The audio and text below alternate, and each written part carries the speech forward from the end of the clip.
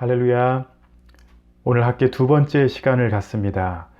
오늘 나누실 하나님의 말씀은 학계 1장 1절에서 15절 말씀입니다.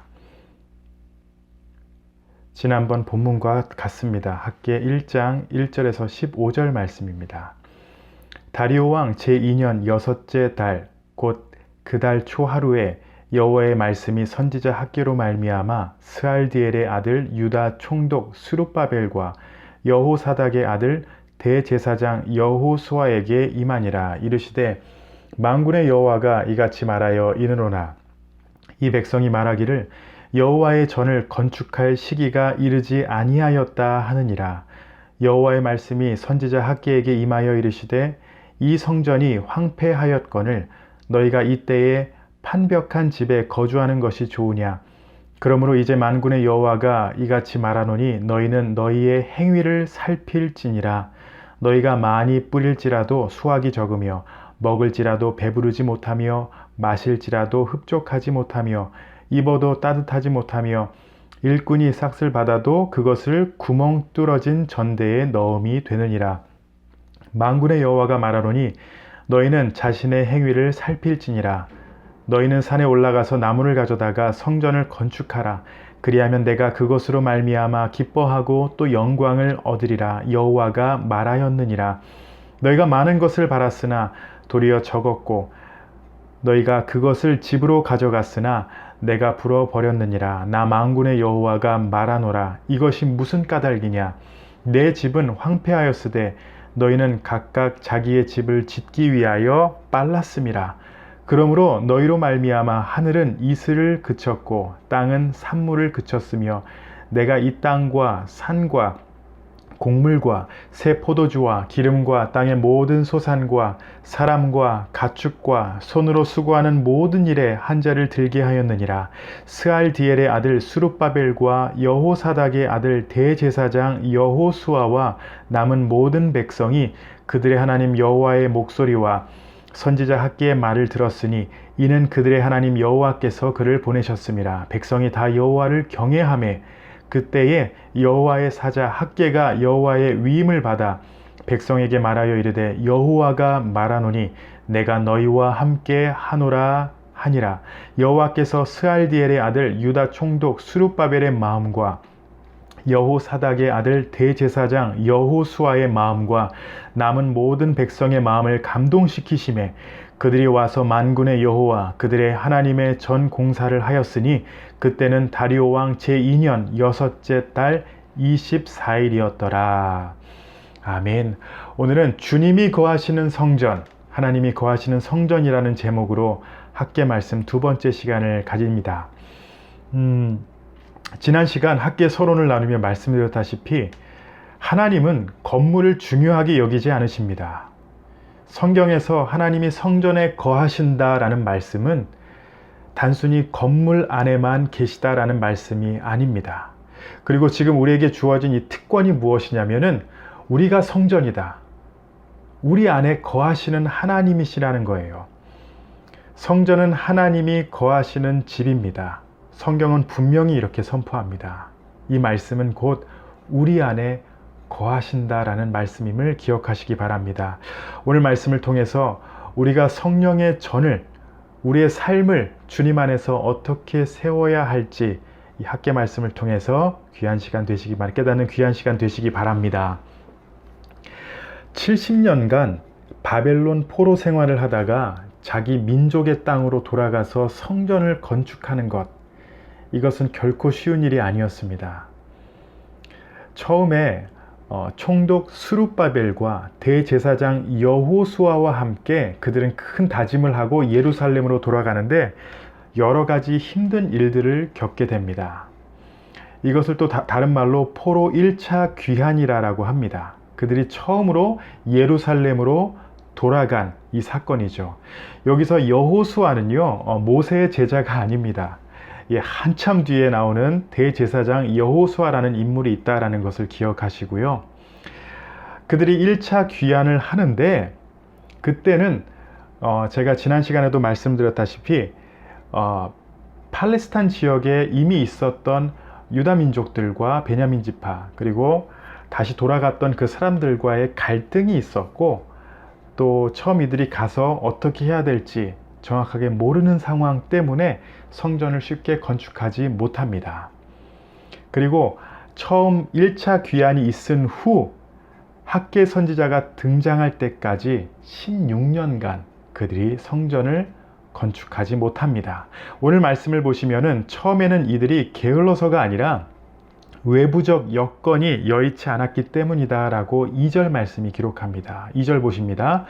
만군의 여호와가 이같이 말하여 이르노라 이 백성이 말하기를 여호와의 전을 건축할 시기가 이르지 아니하였다 하느니라.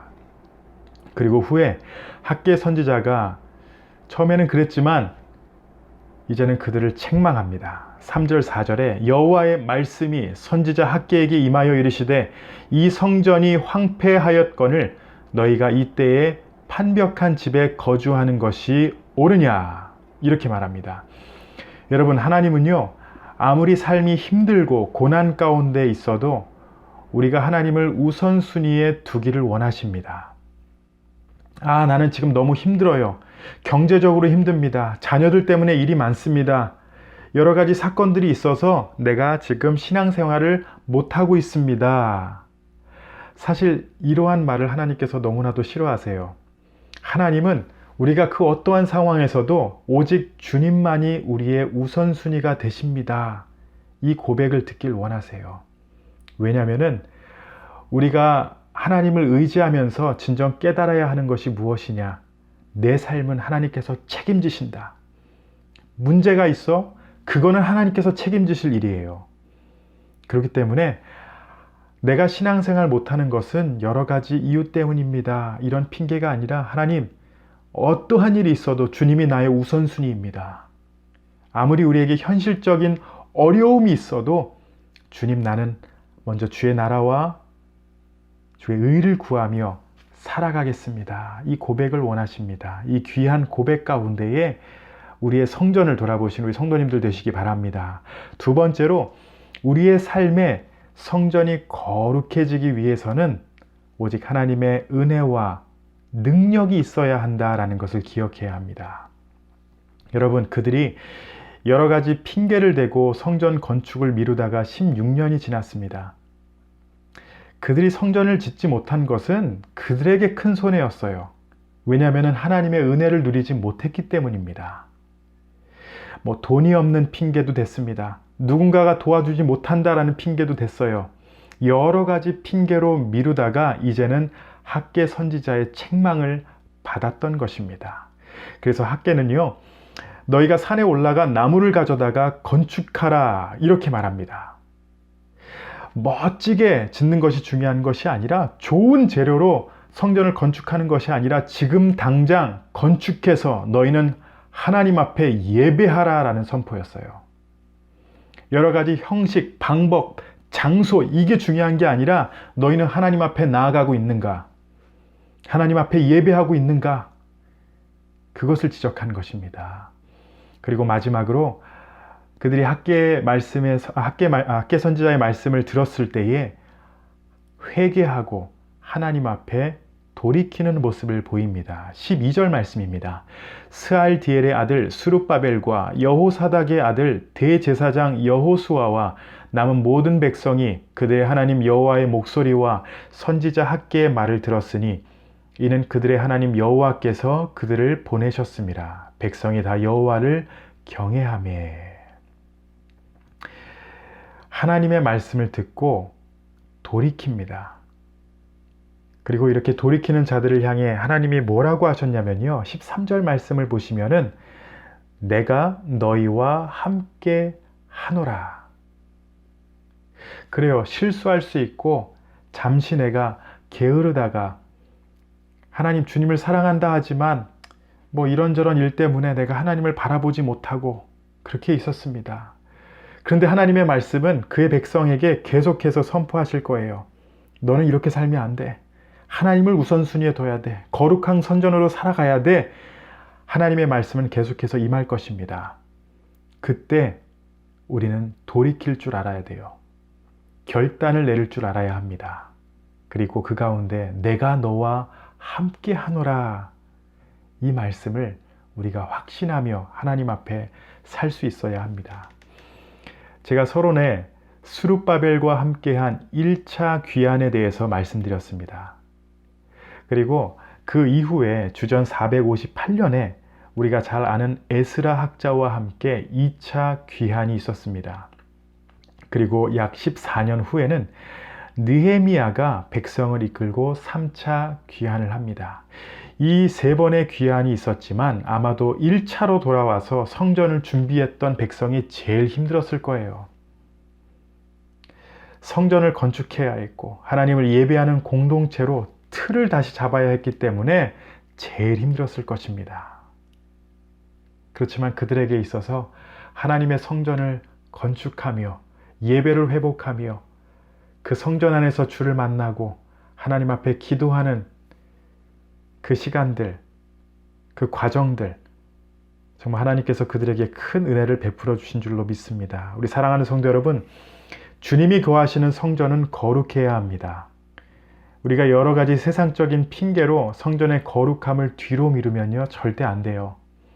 하나님의 말씀을 듣는 가운데 주의 성전으로 거룩하게 살아가며 우리는 예수 그리스도의 영이 살아계시는 귀한 하나님의 성전의 삶을 누려야 합니다. 여러분들은 얼마나 이 사실을 진지하게 생각하며 살고 계십니까? 여러분이 성전이라는 것 얼마나 진지하게 받아들이고 계세요? 지금 내 안에 하나님이 살아계시다. 우리는 거룩해야 한다. 우리는 정결해야 한다. 여러분, 하나님을 가장 우선순위로 또 하나님만을 바라며 그분의 역사와 그분의 능력만을 붙잡고 살아가는 귀한 성전의 삶을 살아가시는 우리 주님의 교회 성도님들이 되시기를 예수님의 이름으로 축원합니다.